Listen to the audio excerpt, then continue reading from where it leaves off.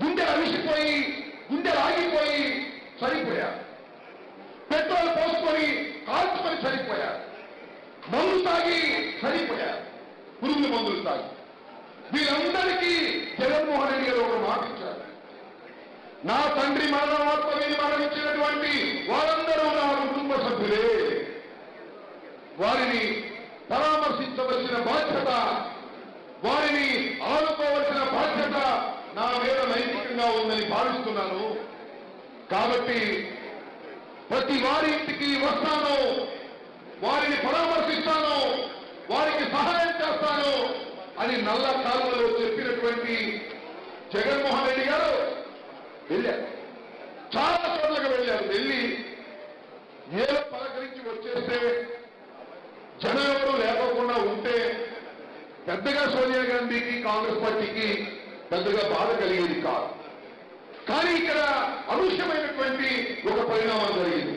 అది ఏమిటంటే జగన్మోహన్ రెడ్డి గారు ఏ ఊరైతే ఆ ఊరిలో వేల మంది, కొన్ని చోట్లయితే లక్షల మంది తండోలుగా వచ్చి జోహార్ రాజశేఖర్ రెడ్డి, జిందాబాద్ జగన్మోహన్ రెడ్డి అని కొడుకున్నారు తప్ప కాంగ్రెస్ పార్టీ గురించి మాట్లాడాలి. ఇది గమనించినటువంటి కాంగ్రెస్ అధిష్టాన వర్గం ఇతను రాజశేఖర్ రెడ్డి వారసులుగా వెళ్ళి ప్రజల్లో మమేకమైపోయి కాంగ్రెస్ పార్టీని దెబ్బతీసే దశకు ఎదిగిపోయేటట్టున్నాడు. వ్యక్తిగా బ్రహ్మాండమైనటువంటి పవర్ఫుల్ గా ముందుకు వెళుతున్నాడు. ఇతన్ని అత్తడి చేయాలనేటువంటి ఒక దుర్మార్గమైనటువంటి ఆలోచన కాంగ్రెస్ అధిష్టాన వర్గంలో కలిగి మీ అందరికీ గుర్తుండే ఉంటుంది. ఓదార్పు యాత్రకు వెళ్ళడానికి వీల్లేదన్నా.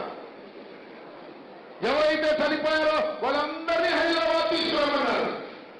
తీసుకొచ్చి వారిని అక్కడే పలకరించమన్నారు. సోనియా గాంధీ దగ్గరికి విజయమ్మ గారు, జగన్మోహన్ రెడ్డి గారు, షర్మిలమ్మ గారు ముగ్గురు వెళ్ళి వీళ్ళైతే ఈ విషయాలు చెప్తే జగన్మోహన్ రెడ్డి గారు ఒక్కటే చెప్పారు. ఏం చెప్పారంటే మా సాంప్రదాయం అని కాదు, ఎవరైతే చనిపోయారో వారి ఇంటికి వెళ్ళి పలకరించి రావడం మా సాంప్రదాయం. మా నాన్నగారు చనిపోతే మీరొచ్చి పలకరించారా, మేము మీ ఇంటికి వస్తే మీరు మమ్మల్ని పలకరించారా? ఇది సాంప్రదాయం కాదు. మా సాంప్రదాయం వేరు. వారింటికే వెళ్ళి పలకరిస్తానని చెప్పిన తరువాత కుట్ర మరింతగా పెరిగింది. నేను మనవి చేస్తున్నా, ఏ రోజునైతే జగన్మోహన్ రెడ్డి గారు కాంగ్రెస్ అధిష్టాన వర్గపు మాట వినబోకుండా సొంతంగా నిర్ణయాలు తీసుకోవడం ప్రారంభించారు, ఈ కులవాన్ని ఏ విధంగా అయినా సరే అనసాలనేటువంటి దృక్పథంతో ముందుగా కేసులు పెట్టారు. మీ అందరికీ గుర్తుండే ఉంటుంది. ఇవాళ చెప్తున్నాడు చంద్రబాబు నాయుడు గారు,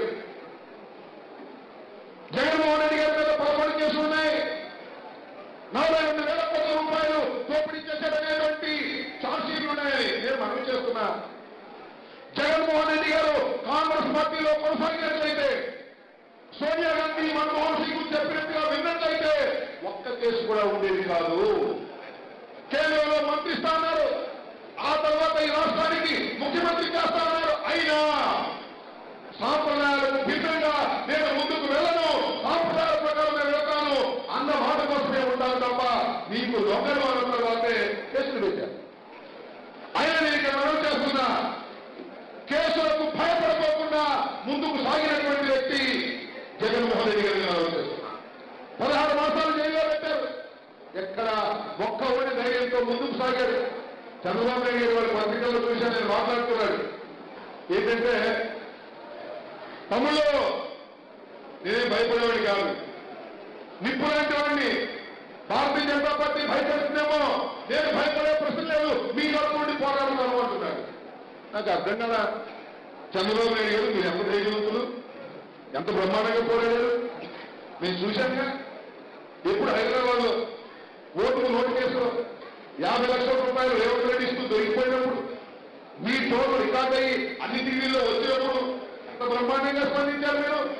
నాకు సిబిఐ ఉంది, నీకు సిబిఐ ఉంది, నాకు సిబిఐ హైదరాబాద్ లోనే ఉంది, నీకు సిబిఐ హైదరాబాద్ లో ఉంది, నేనే భయపడను, చేసుకుంటాను అని అవకాశం నిజంగా చేసుకుంటారేమో అనుకున్నాం. తర్వాత మీరు అందరూ చూశారు, మొత్తం హైదరాబాద్ వదిలేసి విజయవాడ వచ్చారు. విజయవాడ కేవలం ఇల్లు లేకపోతే బస్సులో ఉన్నాడు, ఇల్లు చూసుకునేట్టు అయిపోలేదు. వెళ్ళకపోతే నీ సంగతి పెడతా ఉన్నారు, వాళ్ళు కేసు పెడతా ఉన్నారు. కేసీఆర్ వెంకయ్యని అడ్డం పెట్టుకొని రాజీ కూడా అయ్యాని నివాసం వెళ్ళిపోతాను, తాపసంగా సర్దుపడిపోతాను, నన్ను వదిలేయండి, కేసులు పెట్టమని బతిమ పెట్టుకున్న వాళ్ళు అదే మీ వాళ్ళని నింపుని నేను ధైర్యవంతుణ్ణి, నేను ఎవరిపైన పోరాడతాను. ఏం నువ్వు పోరాడాలి? కేసీఆర్ మీదే పోరాడలేని వాడివి నువ్వు మరొకరి మీద ఎలా పోరాడతావా అంటున్నా. పోరాడే దమ్ము ధైర్యం నీకుంటే అది రాష్ట్రానికి గట్టిపట్టేది కాదని మనం చేస్తున్నా అంటున్నాడు.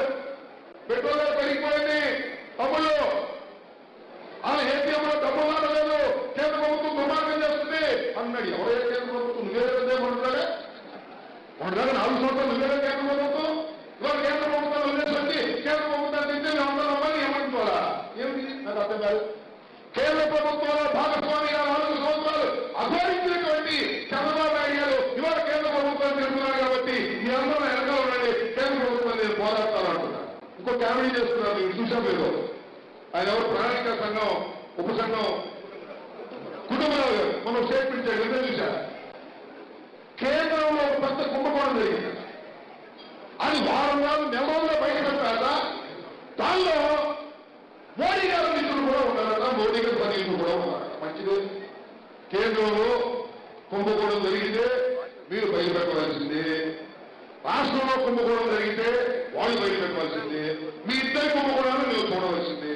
అయితే కుటుంబంలో గారు నెల రోజులు ఎందుకండి ఏమి చిన్న కామెడీ ఏంటంటే బీజేపీ వాళ్ళు చంద్రబాబు నాయుడు గారి కుంభకోణాలు బయటపెడతాము అని తెలియజేస్తున్నారట. అందుకని వీళ్ళు కూడా ఒక బ్లాక్ మెయిల్ మీ కుంభకోణాలు బయటపెడతాం అంటే ఈ నెల రోజుల లోపల వాళ్ళే కుంభకోణం బయటపెట్టకపోతే వీళ్ళు బయటపెడతారు. అంటే ఇద్దరు కుంభకోణాలు బ్లాక్ మెయిల్ చేసేటటువంటి దశకి తెలుగుదేశం దిగలారిపోయిందని మనం చేస్తున్నా. నేను కుటుంబాల సవాల్ చేస్తున్నా, అయ్యే ఎమ్మడే బయటపెడతాయా? ఎందుకే ఆలోచన? కుంభకోణం ఎందుకు ఉంటే బయటపెట్టాలి కదా. నేను అదే స్వామి చెప్తారే, బీజేపీ కుంభకోణాలు తెలుగుదేశం బయట పెట్టాలి, తెలుగుదేశం కుంభకోణాలు బీజేపీ బయట పెట్టాలి. ఈ 2 కుంభకోణాలు చూసి ప్రజలు ఈ ఇద్దరిని చిత్తుగా ఓడించి తీరాలి రాష్ట్రంలో అనేది మీరు బయట పెట్టిన కుంభకోణాలు వారి ఇది 2 కోణాలు బయట పెట్టి ప్రజలకు అర్థమవుతాయి. కాబట్టి ఇలాంటి రాజకీయాలు చేసి పథకాలను ప్రయత్నం చేసేటటువంటి వ్యక్తి చంద్రబాబు నాయుడు గారు